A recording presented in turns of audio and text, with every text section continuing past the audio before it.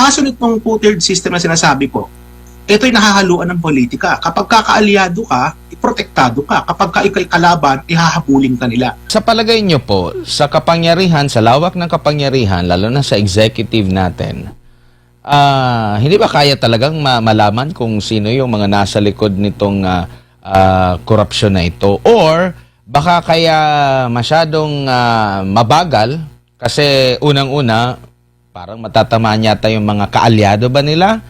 Pagkalaban nila, mabilis ang pag-usad ng proseso, Doc? Kaya itong ginagawa ni na Marcos Jr., itong kanilang gobyerno in terms of going after the corrupt, hindi ito kapanipaniwala. Bakit ko nasabing hindi kapanipaniwala?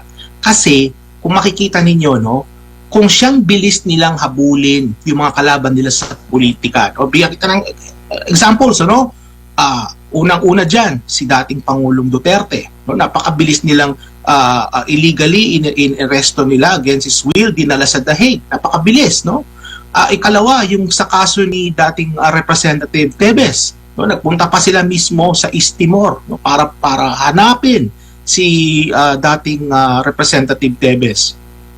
Nandyan yung ginawa nila na pag-aresto kay Pastor Apollo Kibuloy. Kasama yan. Napakarami pa mga kalaban nila sa politika. They're very fast, they're very swift in terms of using the law, ito, para habulin itong mga to. Pero pagdating sa kanilang mga kaalyado ay siyang bagal. Look at, for example, where in the world is Zaldico? May mga unconfirmed reports na si Zaldico nasa Spain daw, nasa Singapore, nasa kung saan-saang bansa.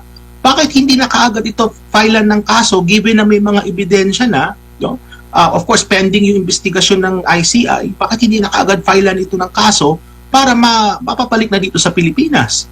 Hindi ba? So bakit hindi kina-cancel ang passport? Remember that itong mga powers na ito, halimbawa sa pagka-cancel ng passport, yan under yan sa kapangyarihan ng isang presidente. Bakit hindi gamitin ni Marcos Jr. yung kanyang kapangyarihan to account for accountability purposes, para sa mga taong ito? Pero pagdating sa kanilang mga kalaban sa politika, siyang bilis nila. So napapakita dito, mga kababayan, yung tinatawag sa ating bansa na two-tiered justice system. Kasi alam mo, yung sinasabi ng two-tiered justice system, sinasabi nila na, ibang hustisya sa mahihirap, ibang hustisya sa mayayaman. Sa kaso nitong two-tiered system na sinasabi ko, ito'y nahahaluan ng politika. Kapag kakaalyado ka, iprotektado ka. Kapag ka ikay kalaban, ihahabulin ka nila. So, nakakatakot ito, Admar, kasi ito yung tinatawag nating weaponization ng ating gobyerno to go after the opposition or the political opponents. Kumbaga, hindi ito maganda sa isang demokrasya kasi ang nangyayari dito is nagagamit ang resources ng gobyerno to protect certain groups of people.